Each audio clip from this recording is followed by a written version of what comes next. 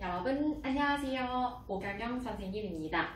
오늘은 교과서 150쪽부터 153쪽 속담의 뜻을 살펴보도록 하겠습니다.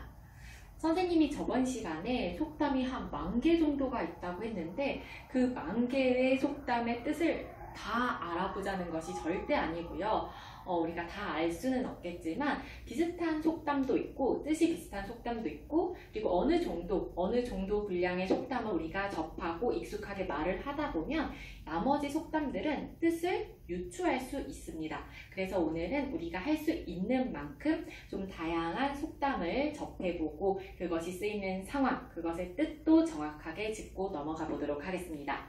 자, 준비되셨으면 바로 교과서 보도록 할게요. 자, 지금 교과서 150쪽에는 4개의 만화, 컷 4개의 만화가 나와 있고요. 자, 각각에 대해서 이제 옆 페이지에서 설명을 하고 있습니다. 자, 이 그림과 관련된 속담, 그리고 속담의 뜻, 그것을 사용할 수 있는 다른 상황을 적어주시면 되는데요. 선생님이랑 같이 하나씩 해보도록 할게요. 자, 어제 뉴스 봤니? 퓨마가 탈출했던 동물원에서 어떤 동물원에서 퓨마가 탈출했나봐요. 이제서야 안전관리 실태를 점검하고 있대. 그랬더니 친구가 아유, 미리 점검하지 않고 소 잃고 외양간 고치는 격이구나 라고 했어요. 소 잃고 그때서야 소의 집, 외양간을 고치는 격이구나 라고 했어요. 그쵸? 자, 그러면 그 옆 페이지에 선생님이 말을 한 대로 여러분 스스로 이렇게 정리를 해주세요. 천천히 할 테니까. 소 잃고 외양간 고친다 라는 뜻은 소가 이미 나가버렸어. 소를 도둑 맞고 난 뒤에야 이제 빈 외양간에 허물어진 데 없나, 고칠 데 없나, 왜 도둑 맞았지 하고 막 고친다 라는 뜻으로 이미 잘못된 뒤에 이제 애를 써도 소용이 없다, 늦었다 라는 뜻입니다. 이것을 쓸 수 있는 다른 상황 무엇이 있을까요? 선생님 경험에 따르면 선생님이 어릴 적에 시험이 가까워지는데 공부를 하지 않았어요. 그랬더니 시험 점수가 아주 낮게 나와서 충격을 받고 그때서야 이제 공부를 했죠. 그랬더니 선생님이 어머니께서 에이, 너 소 잃고 외양간 고치는 격이야. 공부를 하려면 좀 미리 해서 시험도 잘 봤으면 좋을 텐데 라고 이야기를 했던 그런 경험이 있네요. 물론 시험이 끝나고 그것을 점수를 보고 놀래서 이제 공부를 더 하는 것도 다음 시험을 위해 좋겠지만 선생님이 좀 더 일찍 공부를 했더라면 시험 점수, 그 낮은 점수를 보기 전에 공부를 했더라면 훨씬 더 좋았겠죠. 그래서 그런 상황에도 쓸 수 있을 것 같습니다. 자, 선생님의 이야기를 듣고 여러분의 이야기를, 여러분의 생각을 적어주세요. 교과서에는. 자, 그리고 나 그림. 내가 1년 동안 모은 동전이 20만 원이나 돼. 동전을 가지고 20만 원을 만들었대요. 와, 진짜? 티끌 모아 태산이라더니 대단하다 라고 했네요. 자, 이 속담 그러면 페이지 옆에서 티끌 모아 태산, 이 뜻은 아무리 작은 거라도 모이고 또 모이다 보면 이제 큰 덩어리가 생긴다라는 뜻이에요. 먼지, 티끌, 그것이 모이면 큰 산을 이룬다라는 이야기죠. 그러니까 아무리 작은 것도 모이다 보면 큰 덩어리가 된다라는 뜻으로 쓸 수 있는 상황을 또 생각을 해볼까요? 한 상황에만 그 속담이 쓰이지는 않을 테니까 비슷한 상황을 생각해 봅시다. 선생님이 이사 오고 마트에 가서 동네 마트에 가서 물건을 샀더니 포인트를 적립해 준다는 거예요. 보니까 포인트가 1% 적립해 준대. 1%는 선생님이 100원짜리 물건을 사면 1원, 그리고 1000원짜리 물건을 사면 10원, 만원짜리를 사봐야 100원을 적립해 준다라고 생각해서 애깨라고 생각을 했는데 그래도 선생님이 그 동네에서 계속 살면서 장을 보고 그 포인트가 쌓이다 보니까 어느 순간 물건 하나를 제대로 살 수 있는 포인트가 돼서 샀던 기억이 나네요. 그래서 티끌 모아 태산 이럴 때 쓰는 거죠. 자, 그리고 여자친구가 피아노 배우다가 그만두고 태권도 힘들어서 그만두고 이제 수영을 해볼까? 그랬더니 남자친구가 야, 우물을 파도 한 우물만 파라는 말이 있어. 이번에는 좀 끈질기게 꾸준히 해봐 라고 했네요. 선생님도 좀 한 우물만 파지 못하는 스타일이라서 조금 뜨끔한데 한번 볼게요. 속담에서 선생님도 교훈을 얻어보도록 하겠습니다. 우물을 파도 한 우물만 파라 라는 속담의 뜻은, 자, 우리가 땅에서 우물을 팔 때 있죠. 땅에서 우물을 팔 때, 땅에서 이렇게 땅이 이렇게 있는데 여기서 우물을 파고, 왜냐면 이 밑에 이제 물이 흐르는 곳이 있거든요. 어딘가에는. 근데 이 우물, 여기 파면 우물이 안 나올 것 같아서 다른 데를 한번 또 파고, 안 될 것 같아서 이번에는 다른 데를 이만큼 팠는데 안 될 것 같아서 또 다른 데 파고, 이럴 바에는 한 우물을 이렇게 깊게 파는 게 이제 우물을 찾을 수 있다라는 뜻이에요. 그래서 우물을 파도 한 우물만 파라. 이것저것 하지 말고 이제 한 개만 끈질기게 좀 노력해봐라. 오직하게. 그런 뜻입니다. 어떤 일이든 이제 끝까지 해야 성공할 수 있다라는 뜻인데요. 그런 뜻인데, 선생님도 뜨끔하다고 했잖아요. 선생님도 뭔가를 끈질기게 오래오래 하는 성격은 못 되는 것 같습니다. 예를 들어서, 물론 공부나 선생님이 해야 될 일, 뭐 수업 준비 이런 거에 대해서는 끈질기게 하는데, 취미생활 같은 경우에는 선생님이 운동을 좋아하는데 뭐 클라이밍도 몇 달 배우고 수영도 몇 달 배우고 헬스, 뭐 필라테스, 요가, 복싱 이렇게 좀 다양하게 조금씩 배웠더니 나중에 누군가가 선생님한테 어떤 취미가 있으세요? 어떤 운동 좋아하세요? 라고 했을 때 딱히 무엇을 말해야 될지 모르겠더라고요. 다 조금씩 배워서 전문적으로 저 이것 좀 오래 배웠어요, 할 수 있어요 하는 게 없는 거예요. 그래서 그때 생각했죠. 여러 가지를 하는 것보다 한 가지를 좀 깊게 오래 하면 전문성이 쌓이겠구나, 좀 더 좋겠구나 라는 생각을 그때 했던 것 같아요. 근데 여러분, 속담은 계속해서 변해요. 시대에 따라서. 예를 들어서요, 속담은 옛날부터 만들어져서 계속 보편적으로 쓰이는 말이지만 요즘에 어떤 기사를 보면 어떤 기사에는 한 우물만 파다가는 그 구덩이가 우물이 아닐 수도 있다는 얘기야. 그러니까 내가 열심히 한 우물만 팠는데 여기에 물이 없을 수도 있다는 얘기예요. 그러니까 너무 한 곳에만 골똘히 매진하지 말아라. 그곳에 네가 찾는 우물이 없을 수도 있다. 이런 기사를 봤어요. 그러니까 선생님 말은요, 속담도 시대에 따라서 변하고 상황에 따라서 적절한 속담을 찾는 거야. 이 속담에서 이렇게 말을 했다고 해서 이거를 내가 맹목적으로 계속 신뢰하고 거기에 따라서 삶을 살아가다 보면 그 속담은 정답이 아닐 수도 있어요. 다른 속담도 있는 거고 속담이 변하기도 하는 거고, 그러니까 내가 삶을 열심히 살아가면서 내 상황에 적절한 속담을 찾아서 생각을 해보고 나에 맞춰서 빗대서 생각을 해보면 되는 거예요. 속담은 정답은 아니에요. 알겠죠? 자, 그 다음에 라 보도록 하겠습니다. 영주에게 내가 태권도 겨루기를 하자고 했어. 잉? 야, 하룻강아지 하룻강아지 법무서운 줄 모른다더니 너 태권도 대표 선수인 걔한테 덤비면 어떡해? 라고 했네요. 이 얘기는요, 자, 하룻강아지 범 무서운 줄 모른다. 하룻강아지는 태어난 지 얼마 안 된 강아지고요. 범은 호랑이에요. 그러니까 태어난 지 얼마 안 된 강아지는 호랑이라는 동물을 본 적이 없으니까 무서워하지 않습니다. 즉 함부로 덤비는 경우죠. 함부로 어떤 상황인지도 모르고 너무 실력 차이가 큰데 이렇게 덤벼드는 경우에 우리가 하룻강아지 범 무서운 줄 모른다라고 하네요.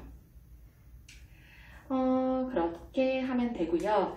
자, 그러면 뒷장으로 넘겨서 다른 속담들도 저 읽어보도록 할게요. 속담은 좀 재밌지 않나요, 여러분? 이야기가 있고 또 우리가 자주 쓰는 말이고 상황을 생각하다 보면 되게 재밌어요. 그래서 선생님도 속담을 쓰고 여러분들에게 속담을 알려주는 이 시간이 굉장히 재밌는데, 그럼 이어서 해보도록 할게요. 자, 가부터 라까지 또 볼게요. 자, 가. 10,000원을 주고 장난감을 샀습니다. 요즘엔 장난감이 10,000원씩이나 하나요? 그런데 가지고 놀다가 고장이 나서 고치러 갔대요. 그런데 수리비가 15,000원? 그래서 장난감 가격보다 수리비가 더 나왔네요. 제 선생님도 옷을 예를 들어서 15,000원짜리 옷을 샀는데 좀 이것저것 수선을 하고 싶어서 수선을 하러 세탁소에 갔더니 이것저것 다 수선하려면 20,000원이 든다는 거예요. 그래서 그때 배보다 배꼽이 더 크네 라고 생각을 했거든요. 그 속담이 여기 나왔어요. 배보다 배꼽이 더 크다. 이 얘기는 그 밑에 속담의 뜻 읽어볼게요. 상황의 이치가 맞지 않는다. 상황이 이치에 맞지 않는다. 중심이 돼야 될 게 있고 그 부분적인 것들이 있는데 이 부분적인 것들이 이 중심보다도 훨씬 더 크다라는 뜻이에요. 그러니까 커야 될 게 크고 작아야 될 게 작아야 되는데 작아야 될 게 더 커지는 경우죠. 배보다 배꼽이 더 큰 경우. 비슷한 속담 한번 빈칸 찾아볼까요? 무엇보다 코가 더 클까요?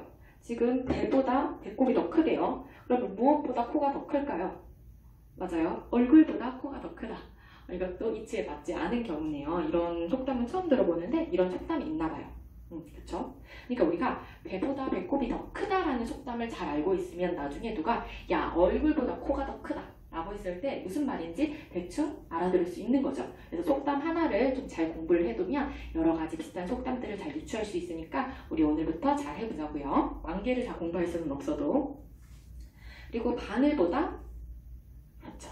바늘보다 실이 더 굵다. 바늘보다 실이 더 굵으면 어떡해요? 바느질을 할 수가 없겠죠. 이런 경우를 우리가 이치에 맞지 않고 부차적으로 돼야 될 것이 더 큰 경우를 이렇게 표현을 합니다. 자, 그리고 나는요, 우리 반 지우는 야구를 좋아하고 야구 선수가 되고 싶어 합니다. 그래서 지우가 가는 곳에는 언제나 야구공과 그리고 야구 장갑이 있대요. 맞아요. 그 친구가 그것을 좋아하니까 늘 그것을 지니고 있는 거예요.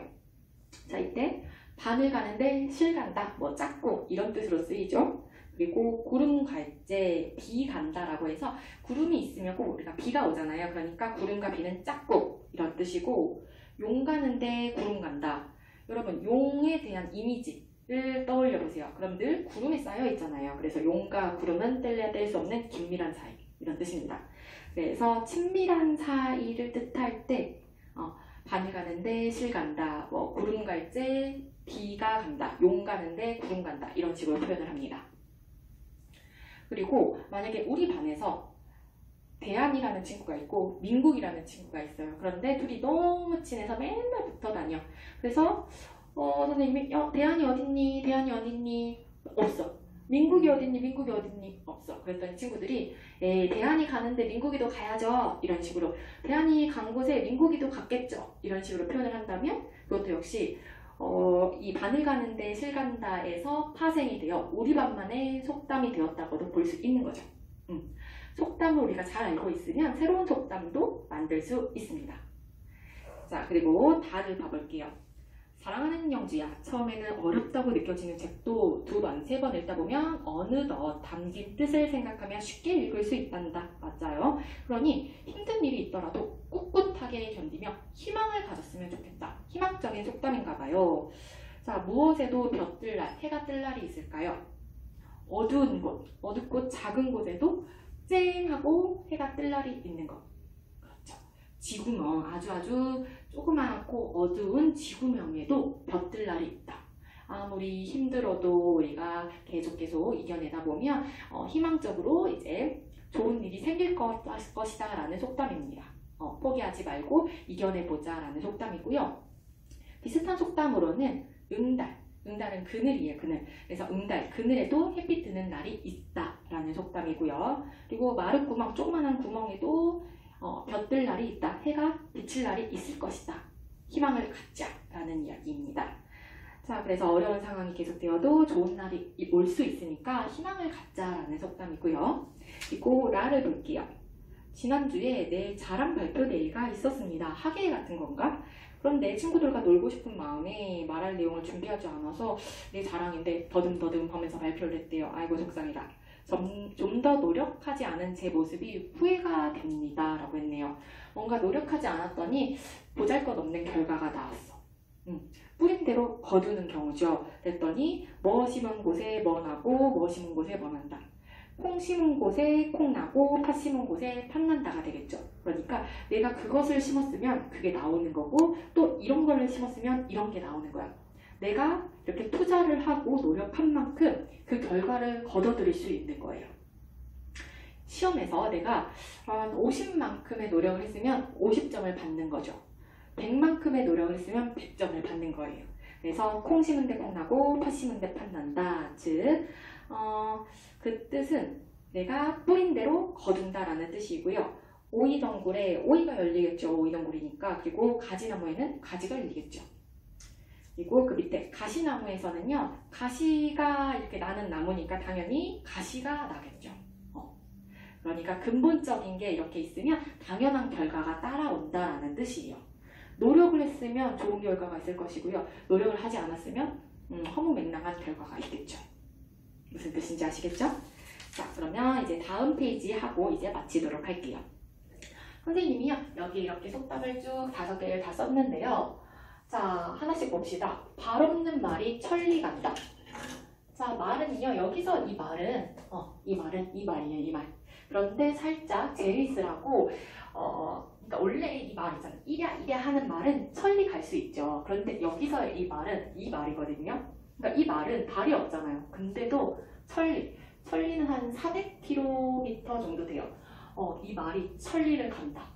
이 얘기는 자나깨나 말 조심해야 되는 거예요. 나는 그냥 말 여기서 한 번 했을 뿐인데 내 말이 이렇게 타고 또 퍼지고 퍼져서 저기 멀리서 사람들도 그 말을 들을 수 있으니 전달이 될 수 있으니 말 조심해야 된다라는 뜻이고요. 자, 가는 말이 고와야 오는 말이 곱다. 이 얘기는 내가 말이나 행동을 좋게 해야 나에게 돌아오는 말이나 행동도 좋다라는 뜻입니다. 3살적 버릇이 80까지 간다라는 얘기는 정말 3살 때 버릇 뭐 있었던 게 80까지 간다. 그 소리가 아니라 좀 더 융통성 있게 생각을 해야겠죠. 그러니까 제가 고치지 않은 어릴 적의 그런 모습들이 어른 돼서 고쳐지지 않고 그대로 이렇게 사라지는 거죠. 선생님의 자기 고백을 하자면 선생님은 연필을 좀 이렇게 바르게 잡아야 되는데 어렸을 때 그냥 이렇게 잡아버렸어요. 선생님 손에 좀 선천적으로 힘이 없어가지고 그랬더니 좀 글씨가 바르지 않죠. 그래서 선생님이 계속 고치려고 노력을 했어요. 성인이 돼서도 선생님이 돼서도 노력을 했는데 이런 습관 어릴 적에 3살적 버릇이 너무너무 고쳐지지가 않더라고요. 그래서 아직까지도 조금 후회를 하고 있는데 어쩔 수 없었죠. 그때는 너무 손에 힘이 없어가지고. 자, 그 다음 천리길도 한 걸음부터. 천리는 아까 400km라고 했는데 그것도 내 한 걸음. 이 한 걸음부터 시작이니까 시작이 반이다라는 비슷한 뜻이 되겠네요. 그리고 지렁이. 여러분 여름에 지렁이 다 그 땅바닥에 보이잖아요. 가만히 있죠. 가만히 있는 그 지렁이도 죽은 것 같은데 이렇게 조금 하면 꿈틀이잖아요. 즉 온순하고 그냥 네 할 것 같은 사람도 그 사람에게 조금 안 좋은 일이 생기거나 좀 자극을 주면 그 사람도 이렇게 화를 낼 수 있고 그런 상황을 뜻합니다. 알겠죠? 그러니까 뭐든지 네네 하고 가만히 있는 사람은 세상에 없어요. 누구든지 자극을 주면 그것에 맞춰서 반응을 하기 마련이죠. 자, 그거에 맞춰서 우리 줄을 그어봅시다. 자, 발 없는 말이 천리 간다. 말은 비록 발이 없죠. 내가 하는 말은. 하지만 천리 밖까지도 순식간에 퍼집니다. 특히 우리 온라인상의 한 말은 전 세계적으로 퍼질 수가 있습니다. 자, 가는 말이 고와야 오는 말이 곱다. 내가 남에게 말이나 행동을 좋게 해야 남도 나에게 그렇게 하겠죠. 3살적 버릇 80까지 간다는 어릴 적 몸에 밴 버릇은 늙어서도 고치기 어렵습니다. 그렇죠? 천리길들도 한 걸음부터 무슨 일이나 그 시작이 중요하다. 시작을 하는 게 중요합니다. 그리고 지렁이도 밟으면 꿈틀한다. 순하고 좋은 사람도 그 사람은 아무 말도 못하는 사람이니까 내가 좀 함부로 대하고 업신거리면 가만히 있지 않는다라는 뜻입니다. 속담에는요. 교훈이 있습니다. 늘 전하려는 메시지가 있어요. 속담을 보면서 우리 조상들의 그런 슬기나 지혜도 배울 수가 있네요. 그렇죠? 자, 그 밑에 주제에 대한 자신의 생각을 우리가 자신의 생각을 이렇게 전달하는 거 우리 지난 단원 3단원에서인가요? 자신의 생각을 이렇게 전달하는 거 했었죠. 3단원에서도 다양한 자료를 활용해서 발표하는 거 했었고 4단원에서도 논설문 했었어요. 근데 이렇게 내가 내용을 전달할 때 다양한 자료에 속담 자료 활용해도 되는 거고요. 논설문에서도요. 내 의견을 설득력 있게 전달하기 위해서 속담 사용해도 됩니다. 자, 지금 밑에 있는 경우도 행복한 학교 생활을 하려면 우리가 지켜야 될 일. 예를 들어서 바른말 고운말이라고 내가 주제를 잡았다면 그것을 전달하기 위해서 가는 말이 고와야 오는 말도 곱다. 이런 식으로 말 한마디로 천냥빚을 갚는다. 이런 속담들을 잘 활용하면 설득력 있고 흥미롭게 그리고 효과적으로 전달할 수 있다는 겁니다. 자, 그 다음에 우리 155쪽은요. 자, 위에 읽어볼게요. 하고 싶은 말에 어울리는 속담을 적절히 찾아야죠. 적절히 찾아야지 자신의 생각을 효과적으로 전달할 수 있는 건데 그냥 어울리지도 않는 속담 막 이렇게 아는 척 하려고 끌어모으면 참 안 됩니다. 그리고 하고 싶은 말을 한 뒤에 속담을 활용해도 되고 속담을 먼저 던져놓고 그 말에 대해서 내가 하고 싶은 말을 해도 됩니다. 순서는 상관이 없습니다. 자, 이렇게 해서 오늘 다양한 속담의 뜻 알아봤는데 그 밑에 우리가 놀이하는 거는 친구들이랑 해야 되는데 못하니까 선생님이랑 한번 해볼까요? 선생님이 초성 퀴즈처럼 속담을 한번 내볼게요. 여러분들이 맞춰보세요.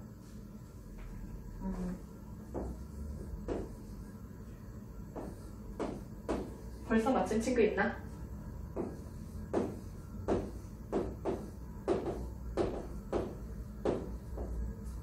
네.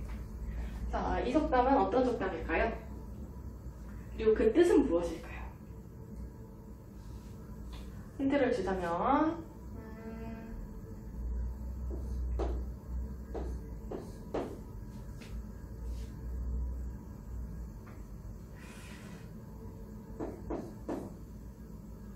네, 아마 맞춘 친구가 많을 것 같은데 로마에 가면 로마법에 따르라라고 해서 어떤 곳에 가면 거기에 맞게 적응을 해서 거기에 있는 규칙대로 살아가는 것이 좋다라는 뜻이었어요. 선생님이 저번 시간에 리을하면서 했었죠. 생각이 났는데 여러분도 지금 집에 가족이 있다면 또 누군가가 있다면 이렇게 초성으로 내가 배운 속담을 서로 문제 내고 맞추기 놀이를 해도 좋을 것 같습니다.